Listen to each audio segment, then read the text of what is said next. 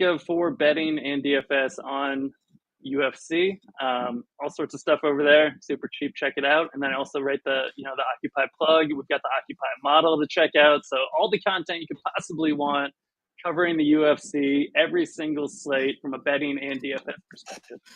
I don't mean to laugh, but I actually just hit go live during your pitch, and everything I said prior about how it's been an ongoing bit, how bad I am at tech and producing, that got cut off. But now we're live. Welcome, everyone. Brian's in here. For those who don't know, Brian is away enjoying the weekend, so I'm in here to cover and host and help drive this vehicle where Jake's going to be helping us out, break down this card. But yeah, Jake was just plugging his stuff. I'll give him the opportunity to repeat it again. But yeah, I'm mostly known here for NBA, MLB. I do a lot of UFC content outside of Occupy, but always break down the fights. Diehard fan for coming up on 20 years. I'm getting old, but really, really do love the sport. Excited to be here with you guys tonight and break down this awesome card. But Jake, I think they caught most of what you were saying, but if you just take another 10 seconds to introduce yourself, I definitely appreciate it. And sorry again for the technical difficulties. No worries, man. No worries. You're probably doing better than I would trying to run the tech on the backside. But all right. So anyways, as most of you guys know, I write the Occupy fantasy plug for the UFC content only. And then I also run MMADFS.com, which is a free site where I write up every single fight for every UFC card. We've got the sheet with all of the fighter stats on there. And then I have the premium Patreon content with ownership projections, DraftKings and FanDuel scoring projections, top plays, prize picks, salary recommendations, best bets, early bets in the week, just everything you can want for betting and DFS on the UFC, every card, every week. So yeah, it's basically what I do. Normally Brian does the pitches, so I'm not even used to pitching myself. Hey man, you did a good job. Better than I am doing at producing for sure. But yeah, this show definitely DFS focused. We got the DraftKings window up here. We'll talk about pricing and everything like that. But you guys have kind of, I don't know, an outline for the way you run these shows. We're not going to go too far off that. I'm excited to kind of talk through some of these fights with you. But yeah, man, first and foremost, what we do here, we're going to do the main event breakdown, right? We got Pereira against Jiri here for the light heavyweight title. This is a rematch of a fight that took place back in 2023. This pulled together pretty late, right? Conor McGregor with the toe injury, a guy who kind of relies on his movement. I mean, he doesn't need to fight, so I don't totally blame him for pulling out. But I'm pretty happy that they actually put this card together. And honestly, like, of all the fights the UFC can make right now, Jiri and Pereira, like, just the type of guys they are, the characters they are. Like, real life Mortal Kombat to me. I absolutely love matchups like this. Don't mind that it's a rematch. Really hype going in. And I mean, if we're looking at the DK pricing here, we got Pereira 8,500, Prochazka 7,700.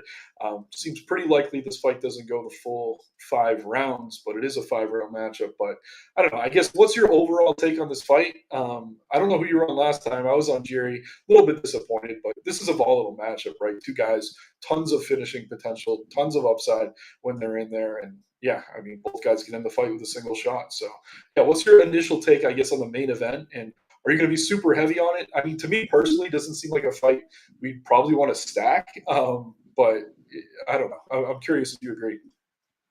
I was also on Jiri the first time, Jiri by knockout specifically, and I thought he was on his way to getting there, you know, like second round. I thought Pereira was looking pretty hurt there before he clipped him coming in. I mean, Jiri got a little bit over excited once he had him hurt and then comes running in, gets clipped with the big hook, and then goes down for the takedown, starts getting elbowed in the head. I still would say it was a quick stoppage. I mean, he falls back, and they don't even give him a chance to see how hurt he is because they immediately stop the fight. So definitely thought it was a quick stoppage. Thought that, it was nice to see that Jiri got Pereira down in the first round, was able to control him for basically half the round.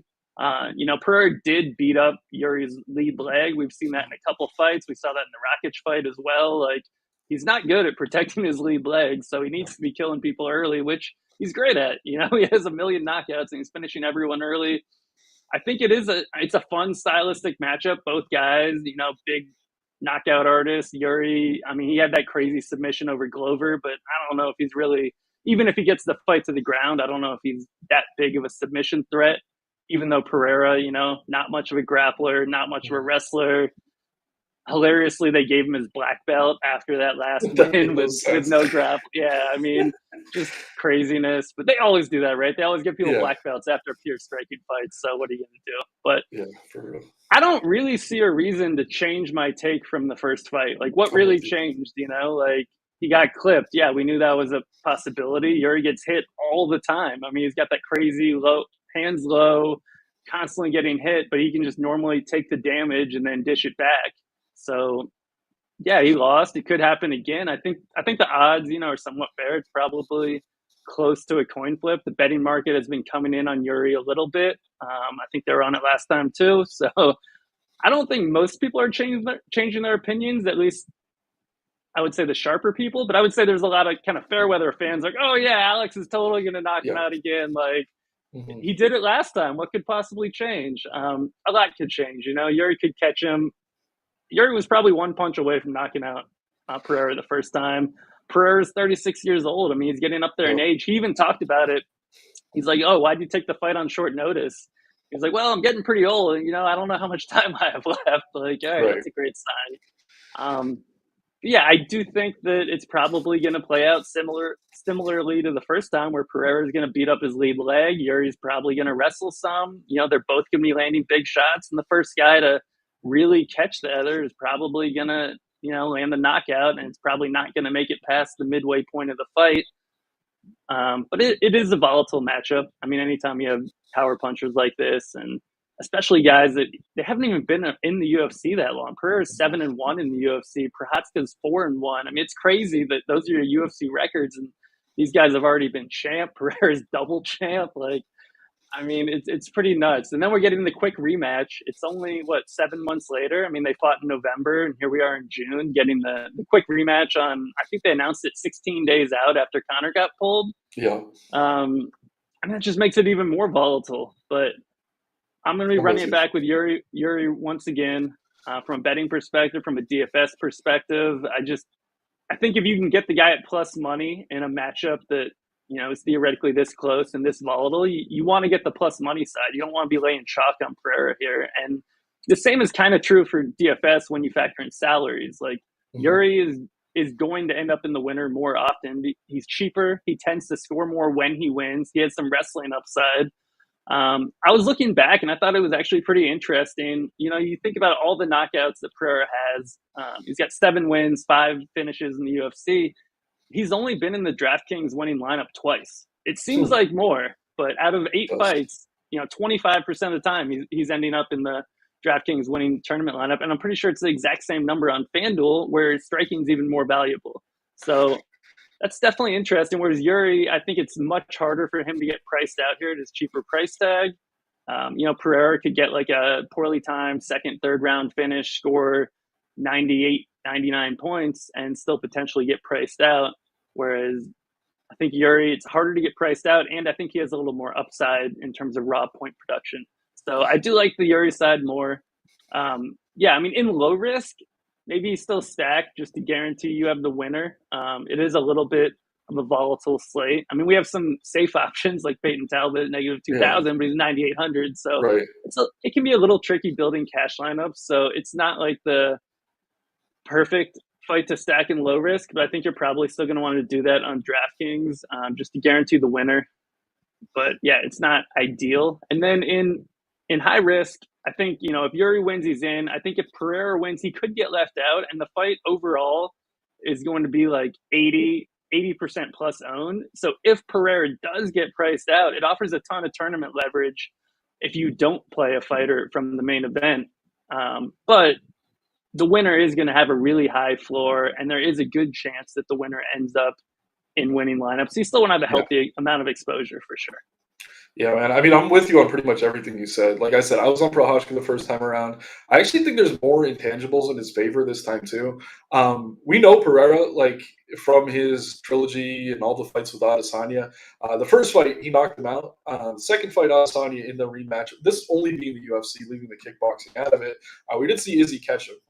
And then King Mo was, I think, the last guy to beat Jiri back in Ryzen, and then he did get that win back. So the one rematch he's been in, he was able to kind of avenge that loss. So I don't know. Again, really small sample size of data there, but it does seem that Jiri's going to be a little bit more motivated here. We also know that Pereira was in Australia doing a bunch of like weird promo. Oddly enough, he has broken toes on his feet as well. Obviously, doesn't matter Right. so much for him compared to Connor, who's really bouncing around. But I mean, that's not a good thing. And in every interview I've heard of him this week, he's talking about how this is short notice. Why not? And I mean, it does set up the trilogy. It's still one of the best fights the UFC can put together, regardless of the outcome here, in my opinion. So I'm with you, man. I don't play cash games much for DFS. So I'll definitely defer to you when you're saying you're stacking it. Like my initial thought would be like, oh, well, one guy's probably not going to score that well, but you're right. I mean, you're kind of locking in someone who's probably going to be optimal by going in that direction. It is a 5-round fight. We have seen Jiri extended before. And if Jiri's grappling, I mean, this could maybe go into the later rounds, but I don't know. I also think Jiri's a cardio advantage here. We did see Pereira fading a little bit in that first fight, albeit a short one. So definitely with Yeah, you on it, man. I agree. But yeah, I mean, I think the value is just Jiri. I mean, it's plus money in a main event and very volatile matchup, kind of close to a coin flip. You're going to give me plus 130, 40 on a coin flip. I'll take that all day, every day. So yeah, man, anything else on the main Well, event, or we can move on one thing we to? didn't mention is before Yuri was coming off that shoulder injury, super long layoff, Oh, and now Pereira's coming off the toe injury that you mentioned. He broke his toes before his last fight. He came into his last fight with those broken toes. yeah. So that is a good point about the injury angle. You reminded me of something else too. The first time they fought, that was the very end of USADA.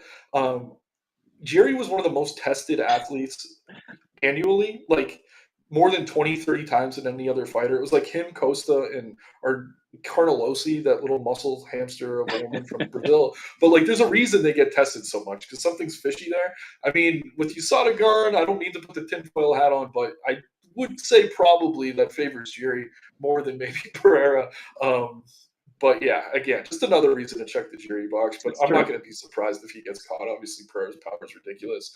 But yeah, let's move on now to UFC debuts. I mean, with this being a pay-per-view card, we're not getting a ton of them. I'm going to butcher the name, even though I try to get it right. Rei Tsuruya making his debut here out of Japan. I believe he won the Road to UFC tournament, or did they cancel the final or something? I don't know. But 22 years old, 9-0 professionally. Seems to be a really good grappler, kind of crazy in his striking. Definitely a young, athletic build, though. And I mean, a lot of these youthful guys, especially at the lower weight classes, they tend to be super durable. So that he has going for him as well. But yeah, I guess what's your take on this kid here? I mean, strength of schedule. Have you seen anything on film that really stands out? I think people want to compare him to Tyra just because they're both from Japan, undefeated young prospects. I don't know that he's quite that level, but at the same time, I mean, I don't know. It's really just tough to gauge exactly where these guys are when they're fighting for Pancrase and Deep Impact and all these weird regional Right. promotions against guys with like 500 records. So I don't know. I like what I've seen.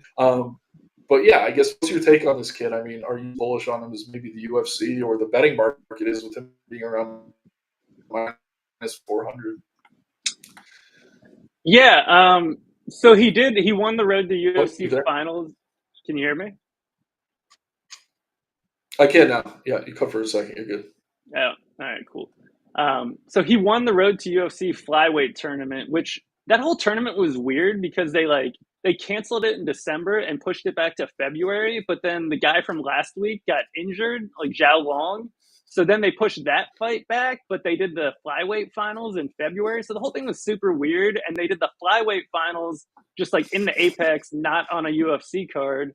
And Yeah. he did win that. He got like a first round ground and pound TKO in the final second of the finals. And it was Mark Smith was reffing, and like every other ref lets that fight go to the second round. And Mark Smith just had to jump in and be like, no, it's a TKO with 1 second left with ground and pound. The guy was actively giving a thumbs up saying he was okay, and Mark Smith stopped the fight. So it was pretty stupid, but I mean, Ray was dominating it, and he probably was going to go on to win, but it was definitely kind of a quick stoppage. And before that, he went to a decision for the first time in his career in the semifinals, and he kind of gassed out. I would say like late second round, third round. He still won the fight, but he got knocked down in round 3.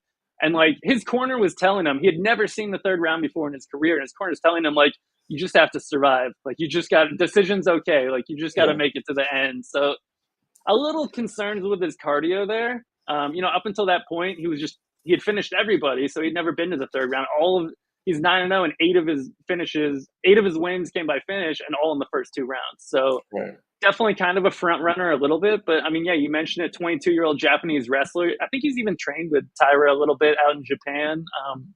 Similar styles. He was like a junior Olympic wrestler. Apparently he's been wrestling since he was like 3 years old. So I guess they went like straight to a singlet instead of diapers, but definitely pushes a super high pace. Really, really dangerous, I would say, for like a round and a half, 2 rounds. Does slow down a little bit after that, but he doesn't like death gas. He just isn't quite, he doesn't have that intense 15 minutes of like pushing the same pace, but definitely a really good grappler, really good wrestler. He goes for a lot of like crazy submissions. He's going for like twisters and crazy neck cranks and all sorts of like modified submissions that I do kind of wonder if those are going to be as effective in the UFC as they were on the regional scene against, a bunch of cans. So I'm curious to see how effective he can be with his grappling, how his cardio holds up, but he is a really good wrestler. The other concern I have for him is his stance, man. I don't like his stance at all. He's like super wide karate stance, standing straight up with his chin high up in the air.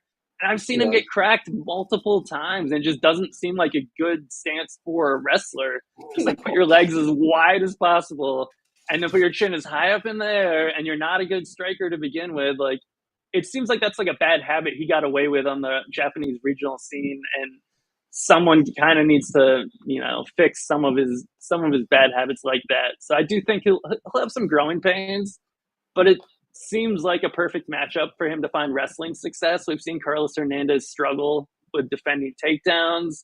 I mean, it's kind of messed up the matchups they're giving Carlos Hernandez. It's just like one grappler after the next. It's like, give him like a fun fight. Like, the guy's pretty well rounded, and there's like, no, he was supposed to fight Dirt.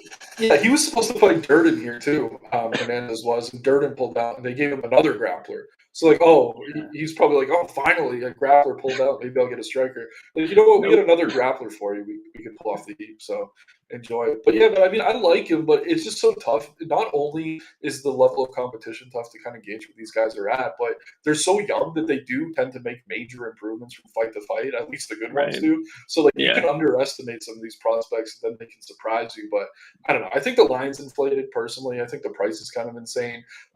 Hernandez, he does have like this bad habit of when he does try to work his way back to his feet. He's not just going to stay on his back, but he always rolls over, right? And I mean, that's kind of giving the back to someone like this kid right here. So I don't know, man.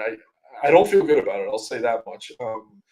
The money line, especially, like, I don't know, people who like to parlay like juice favorites, like this seems like a super scary one. I wouldn't put him in anything. But for DFS, I actually think Hernandez, like, even if he loses, like, we're talking about maybe stacking the main event and some low risk stuff, but 6,900, if he can extend this fight, I mean, he was getting beat up bad in that Bonder fight. And it's funny that Cerruti went through the same thing because he had the stoppage go the other way, right? He stopped Bonder, pretty much knocked him out, and then they didn't call the end of that fight, and then it went to the scorecards, and he was still awarded the technical. That was so dumb. So dumb, man. But yeah, I mean, I guess they have bad refereeing in common in their recent resume. But I don't know. I guess Hernandez is pretty interesting to me as an underdog. More so for DFS than anything else. But curious your take, just on the matchup more than anything.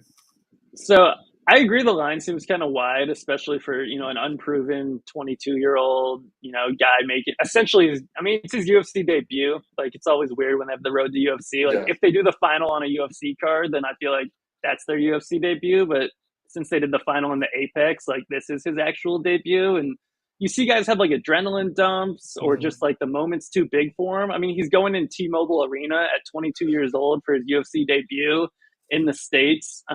He's only fought in the Apex, I'm pretty sure, in the US. So you could definitely see him just get nervous or just have an adrenaline dump. He could come out crazy hot, get a 10-8 first round, and then lose each of the later 2 rounds. Yeah. I mean, I have my own conspiracy theory on this one that we could actually see a draw if you want to get completely crazy. Just from either he wins the first 2 rounds and then completely gasses out and loses a 10-8 round, or gets a 10-8 round in round 1 and then loses each of the later 2 rounds. I mean, you always have like a point deduction, but I don't know, man. Like the drop bets are always juiced to hell, where it's hard to Yeah, bet plus them. But 2,000, 3,000 usually. you can get it at 80 to 1 at like Bet365. I was like, all right, well, Ooh. I think the actual rate of draws, I was looking back, it's like 158 to 1. That's like all the 3-round fights. It's only 3-round fights. I Yeah, yeah, didn't yeah. factor in 5-round fights. So I mean, like, it's still like mathematically a bad bet, but I do think this one's like way more likely than normal, just with all the unknowns and the Mm, potential for 10-8 rounds and a cardio dump. So if you want to get completely crazy, I don't think a draw is impossible. I don't think that, Hernandez like just surviving and outlasting him is impossible, but I still think the most likely outcome is Ray just dominates this fight on the ground and will have a good shot at getting a finish in the first round and a half. But if he doesn't, then yeah, I mean Hernandez could be a value play there, but definitely not a safe floor that I would trust just based on the finishing upside for Ray here. I mean, he's got what negative 145 is his finishing line. I mean, pretty mm. high. Yeah. I mean, that is pretty high, but yeah, I mean, at the same time, I do worry if he doesn't find the finish, but I'm with you. I think the most likely outcome, like if I'm just giving a prediction, would probably be round one sub for him. But Right. yeah, let's go on to the good fighter, bad fighter segment here, and then good matchup, bad matchup.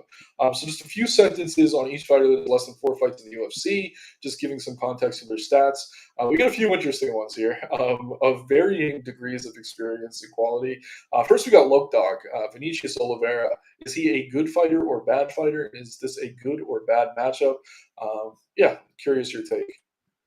So he's like a good striker, but his Mhm. biggest weakness is defensive wrestling. So Yep. this couldn't possibly be a worse matchup. I mean, Ricky Simon is just like one of the best wrestlers in the division. And if you go back and watch Oliveira's, his last fight, even against a dude that took the fight on 4 days' notice, landed 3 takedowns on him, and then gassed out, and then got knocked out in like a highlight reel flying knee in the third round. But up until that point, like Sapage was winning the first half of the fight, and he was Oh yeah. controlling Oliveira on the mat. That's a terrible sign for Oliveira. And even back to his regional tape, we saw him getting taken down. So he's a really nasty striker, and it's a volatile matchup because we've seen Ricky Simon get knocked out a couple times. Like the Uriah Faber round one knockout's never a good look, but I still think Oliveira is like a long shot KO or bust play here, and Agreed. he's probably going to get absolutely dominated on the mat by Simon. So, for DFS, like he's a high upside fighter, but I think because of his wrestling deficiencies, it's hard to call him an overall good fighter, and it is the worst matchup you could ask for. Yeah, man, and I'm totally with you. Like, if Sopaj is going to out-grapple you, I mean, Ricky Simone should probably be able to out-grapple you outside of getting caught. It definitely feels like his fight to win. The other thing, too, I mean, Simone at times, he's too willing to engage in, like, a striking battle, which obviously would be terrible for him here. But coming off 2 losses, I'm a little bit more confident that his fight Yeah, he's IQ not is going to be where it needs to right. be. He doesn't want to Yeah, lose 3 in a row. He's not going to play in the fire with this maniac, so yeah, I'm no with way. you, man. Yeah, definitely maybe a good fighter, but not a good matchup. But yeah, moving on to the He's, next one here, Giannis Gamori, the Frenchman, taking on Peyton Talbot. I mean, I guess we could talk about both these guys in the same breath yeah, here. We got Giannis Gamori and Peyton Talbot, both less than 4 fights in the UFC. Peyton Talbot, definitely a prospect the UFC seems to want to put their marketing machine behind. They had that fight with Cam Simon in the Apex. I don't think he's ever going to be on another Apex card after that performance. Lots of media for him all week. And then Gamori, I don't know, man. It was kind of weird that body kick KO against Gomi, right? It seemed like he wasn't finished, but he couldn't speak the language that the ref was speaking. I don't even know exactly what went on at the end of that one, but he doesn't seem super durable. They're trying to build Talbot here. And I do just want to mention this was supposed to be a McGregor card. There's prospects on this card. I mean, Talbot, we could talk about the Gary fight. That one's a little iffy. But then Pfeiffer, like they're really trying to build these kids when they have the casual eyes that they get with these McGregor pay-per-views. So I think there is some business behind this matchup here with Peyton Talbot. But first, Giannis, good fighter, bad fighter. I think we could agree it's a bad matchup. And then, yeah, Talbot, good fighter, bad fighter, good matchup, bad matchup. yeah. I mean, generally, when the other guy's a negative 2,000 favorite, it's not going to be a good matchup. I'm not sold on Giannis, man. You go back to his No. regional tape, really slow pace. Like he'll look for takedowns, and it's a lot of lay and pray. Former French K1 kickboxer, lots of kicks, very low volume. Seen him rock before. He's kind of like a tweener between 135 and 145, where he struggles to make 135, but kind of undersized at 145. He's had some catch weight fights. He's missed weight at 135 before. And now he's moving back down. His first fight was super weird because he was supposed to fight at 135. And then it sounded like mid-fight week, he was like, I'm not going to make it. And then they had two people drop out on that French card. And then they completely shuffled the card. And he went from fighting Colin Loughran to Gomi. And then, you talked about it. We had that Gomi was winning the fight. Yeah. And then we had that weird stoppage where he kicked him right on the belt line. And Giannis was like, oh, it's a low blow. And he turns around and the ref's like, no, fight on. And he's like, he just walked away and they're like, all right, fight's over. So I mean, that was super weird. But it's always hard because people are like, oh, it's below the belt. But it's like, man, the shorts got risen up. It wasn't a cup shot. It was just right on that kind of lower abdomen. Yeah. I thought it was definitely weird. I was on Gomi. Yeah, I was pretty heavy on Gomi, so I wasn't upset. Yeah, me too. I was fine with it. I was just like, he was going to win anyway. I mean, it didn't change the outcome. It just changed the timing of the outcome. But it wasn't a good look for Giannis. Now he's coming back to 135. That was at 145.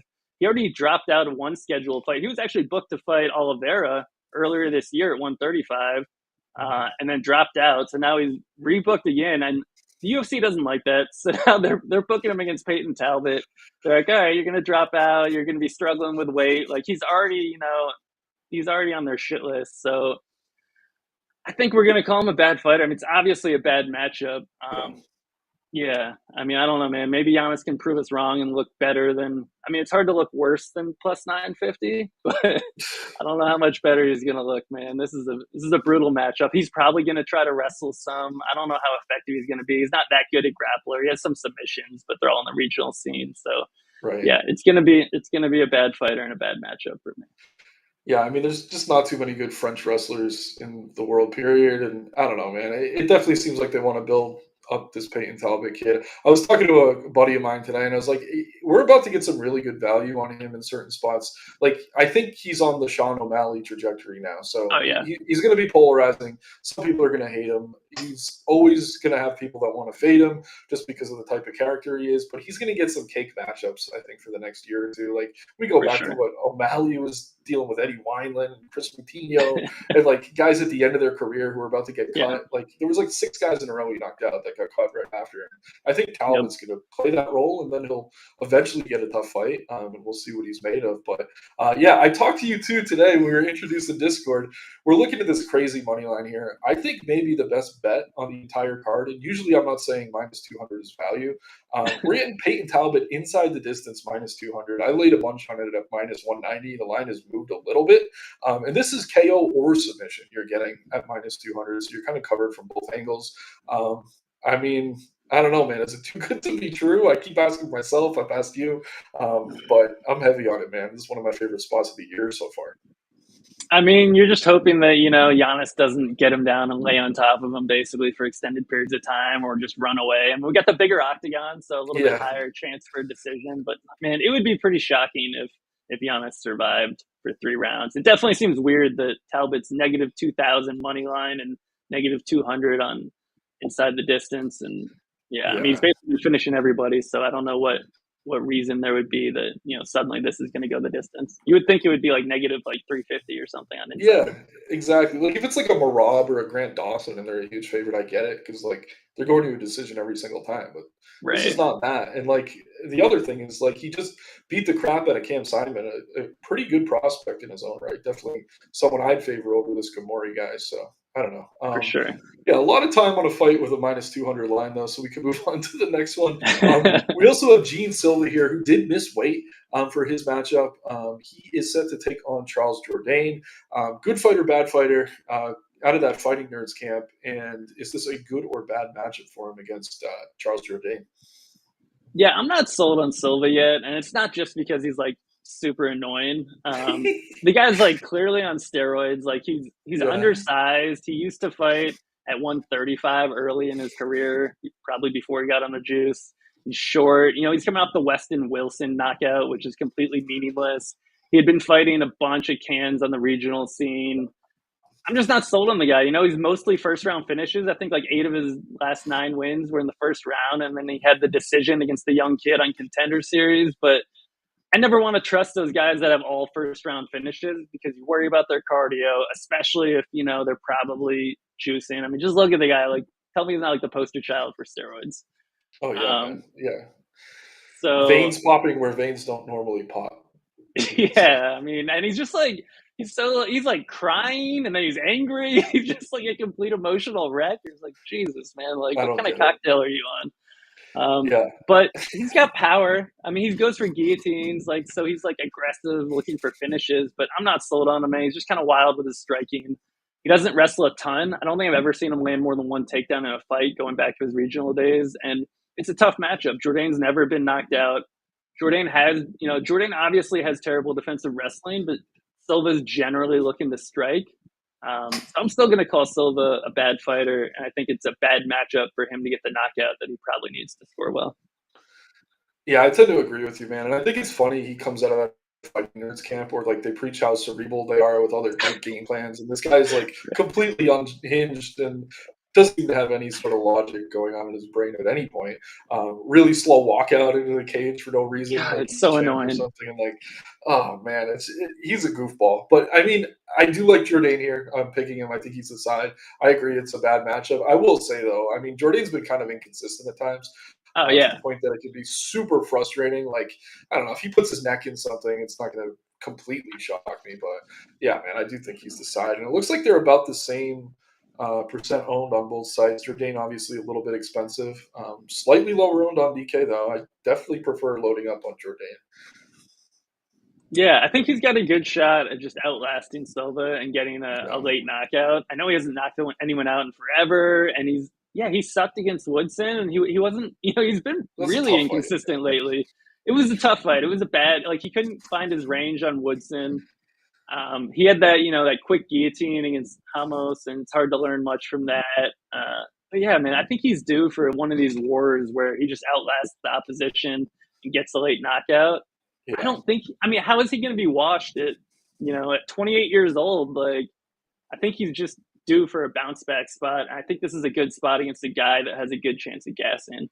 Yeah, man, I'm with you. And the best Jourdain performances, I know he didn't beat Burgos, but that round 3 against Burgos was awesome. Oh, dude. And then we go back to the Emmers fight in the Apex where he had that Sparta kick and he's screaming at him. That was pretty badass, too. Yeah, so I mean, if we're looking for long shot plays, maybe Jourdain round 3 might be something to look at. Plus 2,700. Ooh, that's beautiful. Well, round 3 knockout. Okay. Yeah, I mean, I think knockout's more likely than sub, but I think either way, you're getting some value there. One more fighter, and this is kind of a weird one. Doesn't have 4 fights in the UFC, but certainly has a lot of professional fights under his belt, and that is Michael Venom Page here in the pay-per-view curtain jerker against Ian Gary. Really weird matchup, in my opinion. But yeah, good fighter, bad fighter, good matchup, bad matchup. Certainly not your typical like good fighter, bad fighter candidate just because he has so much film and experience.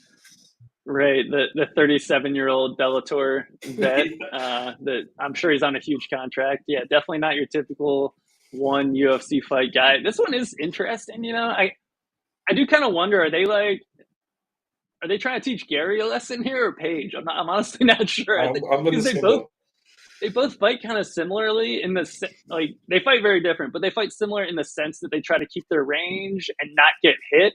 So when you have two guys that are both trying to stay at range and not get hit, we're probably not going to see much going on in this fight. It's going to be a lot of posturing and feints and Gary throwing kicks. Page is the 5-inch reach advantage, which I think could be pretty helpful in this matchup, honestly. But all of Michael Page's fights are super low volume. He's one of these karate guys, not looking to wrestle really. I mean, he had a few takedown attempts against Holland, didn't land any of them. He's really just trying to use his quickness, his movement, throw some crazy spinning back elbows at times. But I mean, all of his fights are just super low volume where there's not much to judge. So ultimately, they're more volatile because you're going to have a few striking exchanges that decide each round. So I think from a betting perspective, that makes it sort of interesting because you can, if you want to bet into volatility, if you can get the plus money side. So basically, I'm not interested in this fight from a DFS perspective because there's going to be so little volume. Yeah, let me pull up the fighter pages here. I was looking at this earlier, but even in Page's win last time against Holland, I think he scored 53. Yeah. 53. You nailed it. And then, yeah, I mean, going Gary against Jeff Neal, it wasn't much better. I mean, 60. 60, right? Yeah. Yeah. And Yeah, I it's mean, terrible.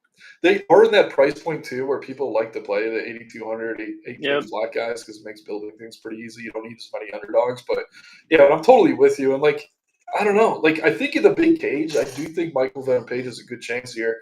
At the same time, I feel like if Gary just decides to grapple and all this talk about his grappling finally shows itself in the UFC octagon, then maybe he can look like a big favorite here.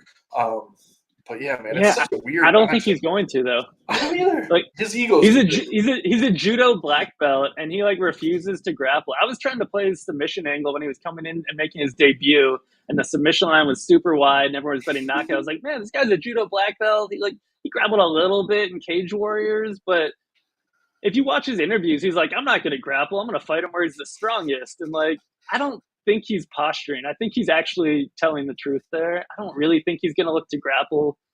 I Yeah. think he's landed 3 takedowns in the UFC in 7 fights. Like, he just doesn't want to grapple. He wants to prove to everyone that he's the best striker, and he's got like a super ridiculously sized ego. I think he's going to try to outstrike Page here, and the winner's going to score like 50 points again. Like, Yeah, man, and it's crazy though, because like the one thing that's preventing me from being like kind of bullish on Page is the whole UFC marketing angle that this was a Connor card. They have the Irish crowd, they have the casual fans. Like if there was ever a spot to build up Ian Gary, it's here. Like it yeah, makes too much sense almost. But like the first thing you said, like it gave me some pause. It's like maybe they're trying to teach him a lesson. Like that fight against Neal was terrible. The Magny fight, I was in attendance for that in Boston. It was just frustrating. I had a bet inside the distance. Could have finished him 100 times. yeah, It's so like, mave leg kicks. and he talks about I'm gonna knock all their heads off, and he tries to talk like Yeah, Connor, but he's a point fighter. So like I don't know, maybe you have him lose to a guy like Venom Page in a boring point fighting match. He's getting booed the whole time. He changes his kind of perception of himself. Maybe I mean he's still young. Like you could have a loss and still have a really good career. I mean, not everyone's Floyd Mayweather, but yeah, man. yeah, This one's been giving me fits because I think I'm gonna fade Gary like in my picks, but I don't feel great about it just because of the marketing stuff. I'm like, were they really gonna set up Gary to lose on a McGregor card? Like, it makes no sense business wise. no. I mean, that's totally true. Like, I do think they are trying to build up Gary, but then you see him fight Jeff Neal, and he just has a terrible fight. Terrible. And maybe they build him up by knocking him down. Maybe they're like, Yeah, hey, like, we can't build you up if you fight like that every time. So like, you want to fight like a point fighter? Here, fight this point fighter, and then how do you like that? And then maybe try to like scare him straight into fighting more aggressive in the future. I don't know. yeah, and it's like when they do build these guys up, like your O'Malley's, your Talbots, etc., they're going to give them favorable matchups, but they do want to give them matchups that's going to allow them to kind of improve where they need to improve. Like who was it? Almeida, the Glory kickboxer, they gave him Kopolov last time. He got Yeah, yeah. wrestled to death. Like God, that's a that's so learning dumb. experience. This isn't the best experience because he's an old guy, but like you give him that matchup so he can see where this glaring hole in his game is. Like he'd be a pretty damn good fighter if he could be a little bit better at that one thing. And I don't know, Gary, it seems to be more of like a mental thing than a skill issue, but I don't know, man. Tough fight for sure. I think MVP at times is underrated. At times he's overrated. Just a tough fight to call, in my opinion. But all right, so now this is our ad break. I'm just gonna plug Occupy here. We got the model here. We got a lineup builder. I'm someone who hands builds. I still like to use the lineup builders to kind of see what data it's pushing out. The model here you get access to. You get access to all of us in Discord. We have multiple sports in there. Always getting notified when we have updates to the plugs. We're doing the MLB plug daily during NBA season. I'm in there working on that. And then yeah, we got Jake here writing the UFC plug and probably wrapping it up a little while after this stream. But yeah, man, I know I already gave you the red carpet to kind of plug yourself, but anything else you just wanted to touch on before we kind of move into the next section? Nah, man, just check out MMA DFS, check out Occupy Fantasy, check out the Patreon if you haven't. Go back to the beginning of the stream if you want the full spiel. Yeah, yeah, and we should have some links below as well. So this is one section I'm not fully prepared for, but hopefully you are. So we get the underdog fantasy pick and play of the week. Just a pick or two we could tie to the underdog promo here, who is helping to sponsor the show and channel. Definitely grateful for them. Awesome platform. I use them for a lot of best ball stuff. But yeah, curious if you've had a chance to kind of look at some of the lines over on Underdog yet. Yes, I like the Oliveira under 45 and a half significant strikes. I think the two ways this fight plays out is he gets completely dominated on the mat, probably finished, doesn't land very many strikes at all, or he gets that, fluke knockout that he needs to score well, also not going to land any strikes. So I think that's kind of a win-win on the under, and they actually have a slightly better line than some of the other sites. So yeah, Oliveira under 45 and a half. Nice, man. Yeah, I like it. Any others, or should we just move on to what's next here? Fight to target. Yeah, yeah. Man, fight to target's tricky this week. Normally, I've got a couple fights where I'm looking to play both sides, and like the main event is obviously you're gonna want exposure to both sides. But outside of that, like I'm not super excited about targeting any of these fights. I mean, you could make an argument on a few of them, like the Bueno Silva or Macy Chasson fight. Like it's either Bueno Silva sub or Chasson wins the decision and probably returns value. But I don't know. Bueno Silva can get priced out pretty easily. You could look at like Jordan Silva, but I'm not that excited about Silva. So I Mhm. don't know, man. There's not really any fights to target this week that I'm super excited about, which might be a first. Yeah, that's crazy, man. I mean, I think the second one's probably the co-main, right? Like, I know we have a comment in the Yeah, chat. I'll pull up in a minute. Like, I think either Lopez finishes early and looks great, pays off his price, or Ortega does what he always does when he seems to win and kind of gets hit by a truck, looks terrible, and then pulls it off in the end and exceeds his price and then some. So I think that's another one. Whether it's yeah, Lopez early or Ortega late, maybe. yeah. My only concern there is like we've seen Lopez get finishes and not score well because he can get like an Mm, armbar off his back and score the bare minimum amount you're of right. points.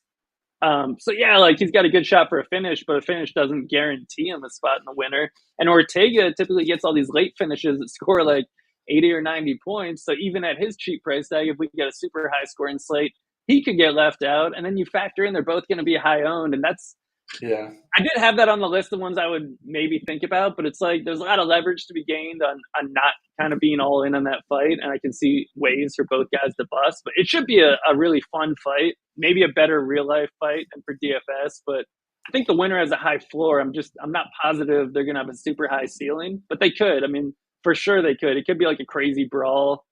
I mean, Ortega pulled that whole stunt where at like I heard 4 in the morning he called the UFC. He was like, "Hey, I can't make 145," and they Yeah, we called got to talk about Diego this. Lopez in the middle of the night and were like, "Hey, it's going to be at 155 now." And this was like 8 hours or 5 hours before weigh-in. So Diego Mhm. Lopez had to immediately rehydrate in the middle of the night to get up to 155 because Ortega couldn't even make a 150 catch weight. It sounded like.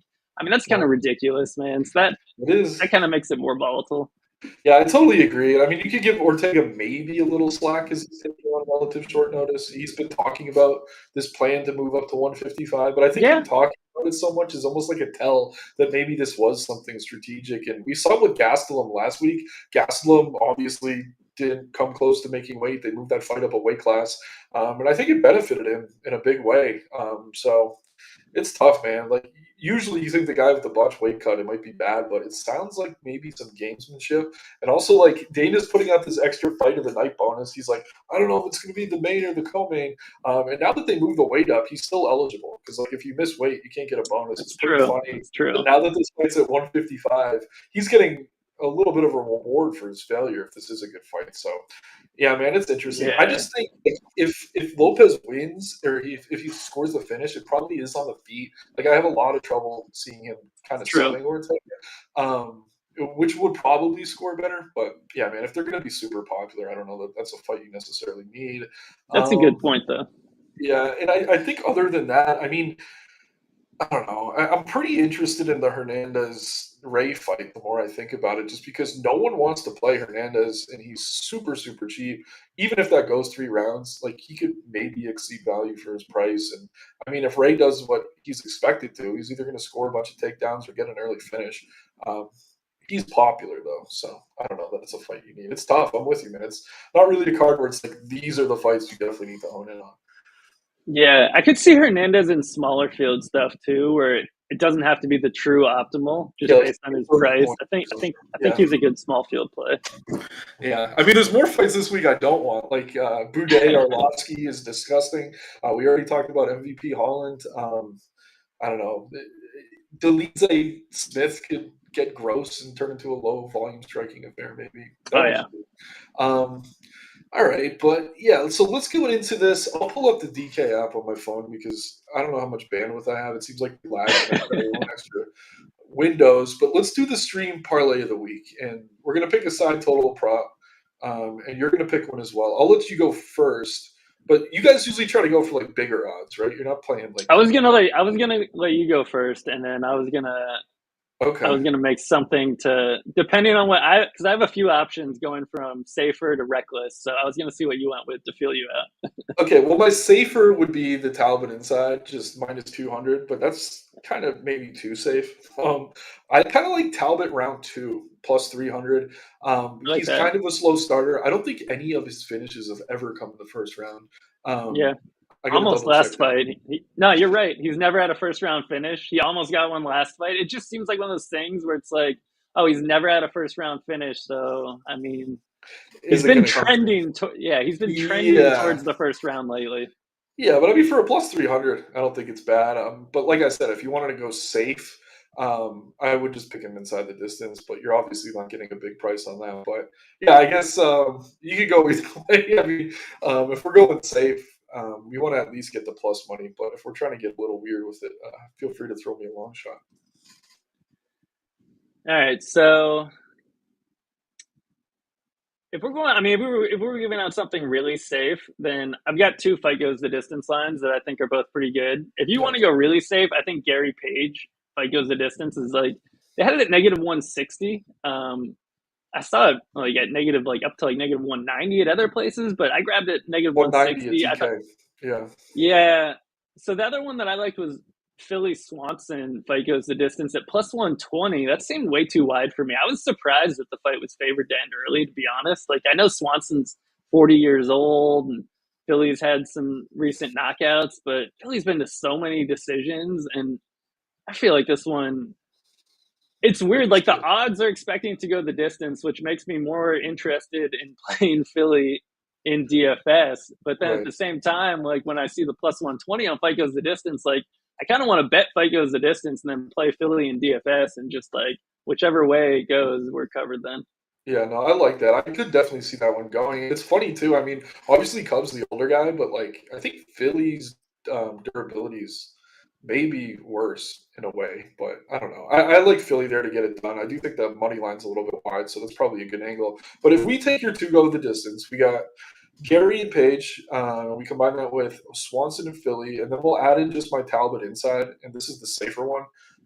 Let's see here. Let's see how much Steam's coming. It's still minus 200. We're getting plus 281 for those three legs. I think that's pretty solid. So Gary Page goes the distance. Swanson Philly goes the distance. Talbot inside the distance, plus 281. Not bad at all. Did you have a super long shot to pair with maybe the Talbot round two? Yeah, no, I think Jourdain round 2 or 3 knockout at plus Mm. 1200 on FanDuel is a solid one to pair with if you want a longer shot with Talbot round two. And I think FanDuel also had the best Talbot round two line. I'm pretty sure. Could be wrong there. Yeah, I gotta look. I mean, the plus 300 isn't amazing for picking around on Talbot, but yeah, Yeah, Jourdain. I mean, if you're not choosing method, you can go 900 round two, 1400 round three. I will say this: I don't know which books have it. It might be BetMGM, but they have like round grouping bets sometimes where you could be like Jourdain 2 or 3 and probably get something around yeah, plus 4 or 500. that's what I had at FanDuel where it was 2 or 3 round 2 or 3 knockout at plus 1200. Nice, man. Yeah, but whenever you can pick those rounds, those are always great payoffs. Um, some of the funniest bets though, BetMGM, you could like pick the exact submission. My Yep. brother likes to fire at those. It's hilarious when he hits like one every couple of months, but it's always the funniest payout. Like I don't know, he picked the Yair triangle against Josh Emmett that paid ridiculous. Trying to think of any others, but he's lost way more than he's won. So The knee bar was the move. They had it at what was the knee bar special? Claudio playlist against Clay Yes. Guida. They had That it at was 50 to 1 at knee bar a few years ago. I think it was yes, against Clay Guida. yes, dude, yes. That's Yeah, hilarious. I think that was the last time I bet one of the MGM submission props because a lot of them are terrible. You know, a They're lot of them are like terrible odds. Yeah, guillotine, and it's like the same odds as yeah, like it's like sub Poirier almost. guillotine plus 300 or something against Right, someone. It's like, right. oh, But they this do have fight is some funny. crazy exotic ones that are super long. Yeah, man. But no, that's hilarious. But yeah, a lot of good books out there. I mean, especially if you're in a legal state. But let's see what else we got here. Um, yeah, I mean, any questions? I did want to pull up the one. I think we covered it.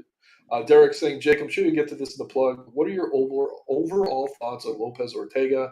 Ortega planning to exploit wrestling could be a massive key. Um, yeah, I mean, I don't think he's going to be chain wrestling, but I do think he could take Lopez down. It's a crazy fight, man. Just again, so many intangibles with the weight miss. And Lopez on fire. Ortega a much better resume, but that doesn't always matter so much. Um, but yeah, I guess which side are you taking here? Are you on Lopez or? I picked Lopez. It's one of those fights where you can definitely go back and forth because you got like the new guy that's been in the UFC Yeah, for like a year. You've got Ortega, he's been around forever. I picked Lopez before all this weight move stuff. The weight move stuff definitely makes it more interesting. Part of why I liked Lopez by knockout is because Ortega was talking about moving up to 155 and he right, was having to cut down to 145 on 2 weeks' notice. And then, the night before weigh-ins, he's like, actually, we're going to fight at 155. right. So that kind of throws a wrench in part of my strategy for picking Lopez. Because I did pick Lopez by knockout. I mentioned like he could get an armbar, but I don't really think we see much grappling here.